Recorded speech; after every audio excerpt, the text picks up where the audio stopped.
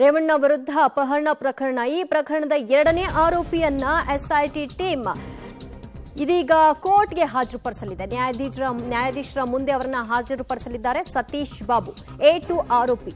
K R ನಗರ ತಾಲೂಕು ಕಾರಾಗೃಹದಲ್ಲಿ ಸತೀಶ್ ಬಾಬು ಅವರಿದ್ದು ಬಾಬಣ್ಣ ಅವರನ್ನ ಈಗ ಕರೆತಂದಿದ್ದಾರೆ. Body ವಾರೆಂಟ್ನ ಮೂಲಕ ವಶಕ್ಕೆ ಪಡೆಯಲು ಎಸ್ಐಟಿ ಟೀಮ್ ಮನವಿಯನ್ನ ಸಲ್ಲಿಕೆ ಮಾಡಿದೆ.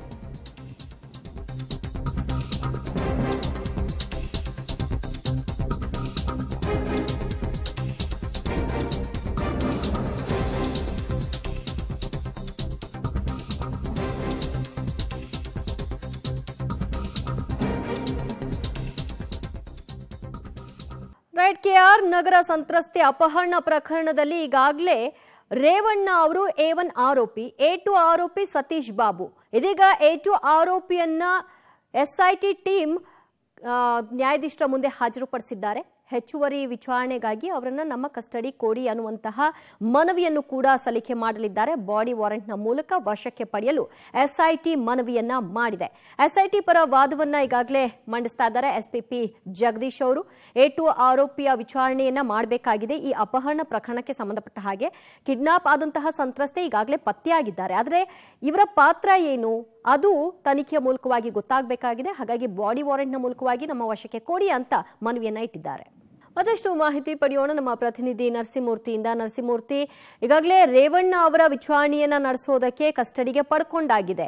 ಈಗ ಸತೀಶ್ ಬಾಬು ವಿಚಾರಣೆ ಆಗಬೇಕಾಗಿದೆ. ಅದಕ್ಕಾಗಿ ಬಾಡಿ ವಾರೆಂಟ್ ನ ತೆಗೆದುಕೊಳ್ಳುವ ಮೂಲಕವಾಗಿ ಅವರು ವಿಚಾರಣೆಯನ್ನ ನಡೆಸಬೇಕು. ಆ ಪ್ರೊಸೀಜರ್ ಈಗ ಆರಂಭಗೊಂಡಿದೆಯಾ? ದಿವ್ಯಾ, ಕೆಆರ್ ನಗರ ಪೊಲೀಸ್ ಠಾಣೆಯಲ್ಲಿ ಒಂದು FIR ದಾಖಲಾಗಿತ್ತು. IPC ಸೆಕ್ಷನ್ 364A 365 ಅಂದರೆ ಕಿಡ್ನಾಪ್ ಪ್ರಕರಣದಡಿ ಈ ಒಂದು FIR ಅನ್ನು ದಾಖಲು ಮಾಡಲಾಗಿತ್ತು. ಇದರಲ್ಲಿ ಸತೀಶ್ ಬಾಬಣ್ಣ ಅಂತೇಳಿ ಅಲ್ಲಿನ ಲೋಕಲ್ ಲೀಡರ್ ಹಾಗೆ ಮಾಜಿ ಸಚಿವ HD ರೇವಣ್ಣ ಇಬ್ಬರನ್ನು ಕೂಡ ಆರೋಪಿಗಳನ್ನಾಗಿ ಮಾಡಲಾಗಿತ್ತು.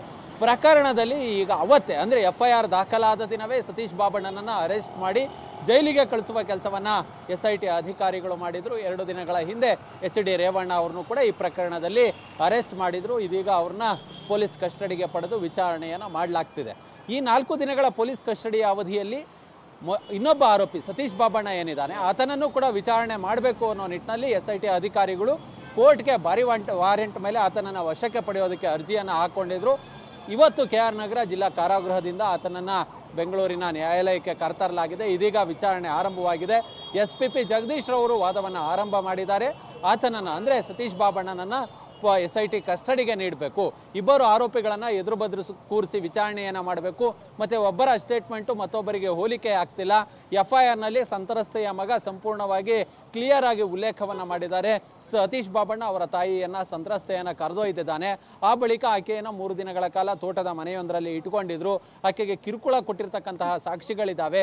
ಹೀಗಾಗಿ ಸತೀಶ್ ಬಾಬಣ್ಣ ನಮ್ಮ ವಶಕ್ಕೆ ಬೇಕು. ಮತ್ತೆ ಈ ಪ್ರಕರಣದಲ್ಲಿ ರೇವಣ್ಣ ಕೂಡ ಸರಿಯಾಗಿ ವಿಚಾರಣೆಗೆ ಸ್ಪಂದಿಸ್ತಿಲ್ಲ.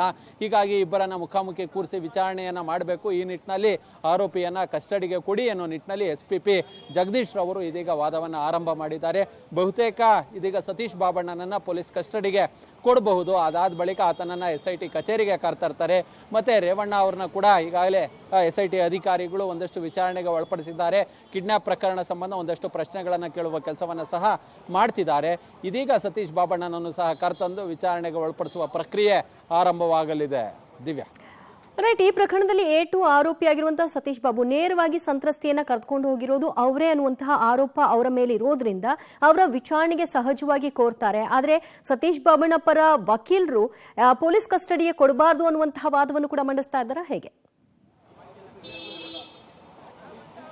ದಿವ್ಯಾ, ಈ ಪ್ರಕರಣದಲ್ಲಿ ಈಗಾಗಲೇ ಮಾಜಿ ಸಚಿವ HD ರೇವಣ್ಣ ಅವರನ್ನ ವಿಚಾರಣೆಗೆ ಒಳಪಡಿಸಿದಂತಹ ಸಂದರ್ಭದಲ್ಲಿ ಆತ ನನಗೆ ಹಳೆ ಪರಿಚಯ ಅನ್ನೋ ನಿಟ್ಟಿನಲ್ಲಿ ಹೇಳಿದ್ದಾರೆ. ಈ ಕಿಡ್ನಾಪನ್ನು ನಾನು ಮಾಡಿಸಿಲ್ಲ, ನನಗೂ ಈ ಪ್ರಕರಣಕ್ಕೂ ಸಂಬಂಧ ಇಲ್ಲ, ನನ್ನ ಹೆಸರನ್ನು ಯಾಕೆ ಉಲ್ಲೇಖ ಮಾಡಿದ್ರು, ಸುಖ ಸುಮ್ಮನೆ ರಾಜಕೀಯ ದುರುದ್ದೇಶದಿಂದ ಈ ರೀತಿಯಾಗಿ ಮಾಡಿದ್ದಾರೆ ಅನ್ನೋ ನಿಟ್ಟಿನಲ್ಲಿ ರೇವಣ್ಣ ಆರೋಪವನ್ನು ಮಾಡಿದ್ರು. ಅದರ ಜೊತೆಗೆ ಸ್ಟೇಟ್ಮೆಂಟನ್ನು ಅದೇ ರೀತಿ ಕೊಟ್ಟಿದ್ದಾರೆ SIT ಅಧಿಕಾರಿಗಳ ಮುಂದೆ ಅನ್ನೋ ಮಾಹಿತಿ ಕೂಡ ಇದೆ.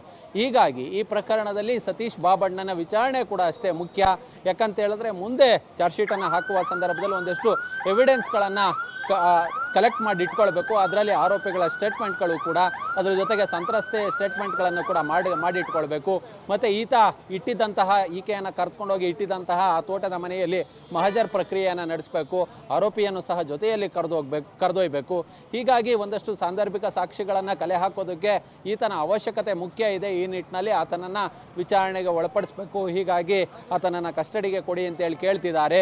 ಇದೀಗ ಸತೀಶ್ ಬಾಬಣ್ಣ ಅವರ ಪರ ವಕೀಲರು ಕೂಡ ಹಾಜರಾಗಿ ಪ್ರಕರಣ ಈಗಾಗಲೇ 7-8 ದಿನಗಳು ಕಳೆದಿದೆ. ಈ ಸಮಯದಲ್ಲಿ 7-8 ವಾರಗಳ ಕಾಲ ಸುಮ್ಮನಿದ್ದು ಇದೀಗ ಏಕಾಏಕಿ ಕಸ್ಟಡಿಗೆ ಕೇಳೋದು ಸರಿಯಲ್ಲ ಅನ್ನೋ ನಿಟ್ಟಿನಲ್ಲಿ ಅವರು ಕೂಡ ಪ್ರತಿವಾದವನ್ನು ಮಾಡ್ತಿದ್ದಾರೆ ಅನ್ನೋ ಮಾಹಿತಿಗಳು ಲಭ್ಯವಾಗ್ತಿದೆ. ಒಟ್ಟಾರೆಯಾಗಿ ಈಗ ತನಿಖಾ ಹಂತದಲ್ಲಿರೋದ್ರಿಂದ ಪ್ರಕರಣ ಆತನನ್ನು ಸತೀಶ್ ಬಾಬಣ್ಣನನ್ನು ಪೊಲೀಸ್ ಕಸ್ಟಡಿಗೆ ಕೊಡ್ತಕ್ಕಂಥ ಸಾಧ್ಯತೆಗಳು ತೀರಾ ಹೆಚ್ಚಾಗಿದ್ದಾವೆ. ದಿವ್ಯಾ, ಥ್ಯಾಂಕ್ ಯು ಮೂರ್ತಿ, ನಿಮ್ಮೆಲ್ಲ ಮಾಹಿತಿಗೆ. ಸದ್ಯ A2 ಆರೋಪಿ ಸತೀಶ್ ಬಾಬುನನ್ನ ಹೆಚ್ಚಿನ ವಿಚಾರಣೆಗೆ ಒಳಪಡಿಸಬೇಕು. ಆ ಕಾರಣದಿಂದಾಗಿ ಬಾಡಿ ವಾರೆಂಟ್ನ ಮೂಲಕವಾಗಿ ನಮ್ಮ ಕಸ್ಟಡಿಗೆ ಕೊಡಿ ಅಂತ SIT ಟೀಮ್ ಕೋರಿದೆ. 10 ದಿನ ಕಸ್ಟಡಿಗೆ ಕೊಡಿ ಅಂತ ಅವರು ಕೇಳ್ತಾ ಇದ್ದಾರೆ. ಇದನ್ನೆಲ್ಲ ಆಲಿಸಿದಂತಹ ನ್ಯಾಯಾಧೀಶರು ಎಷ್ಟು ದಿನಗಳ ಅವಧಿಗೆ ಅವರನ್ನ ಪೊಲೀಸ್ ಕಸ್ಟಡಿಗೆ ಕೊಡಬಹುದು ಅಥವಾ ಪೊಲೀಸ್ ಕಸ್ಟಡಿಗೆ ಕೊಡ್ತಾರಾ ಇಲ್ವಾ ಇದೆಲ್ಲವೂ ಕೂಡ ನಿರ್ಧರಿತವಾಗುತ್ತೆ.